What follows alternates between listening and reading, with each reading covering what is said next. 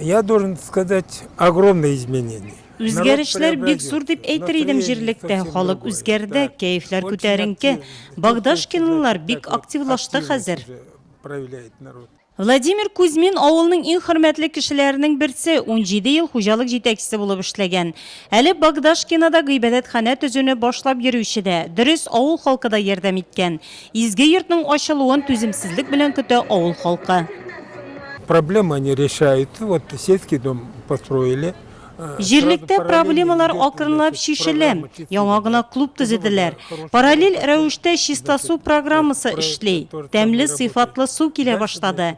Киләсе елга мәктәпкә капиталь ремонт үткәреләчәк. Җирлектә алга китеш бар. Бу бик яхшы. Индекс промышленного производства по кругу крупных и средних предприятий составил 107,8%. Тиздә авыл җирлеге бинасы да капиталь ремонтланачак. Җыенга килгән авыл халкы шул хакта һәм район яңалыклары үзгәрешләр турында белде.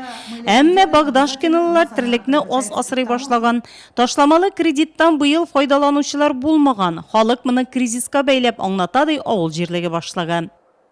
Численность 517 человек. Багдашкина авыл җирлегендә 517 кеше яши, шуның 253-е эшли торган, 136-сы пенсионерлар. Җирлектә су булачак, икенче проблема булып юллар тора.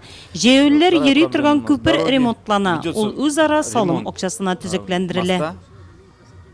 Районда гражданнар җыеннары дәвам итә, бүген ул Киекле авыл җирлегендә үтә.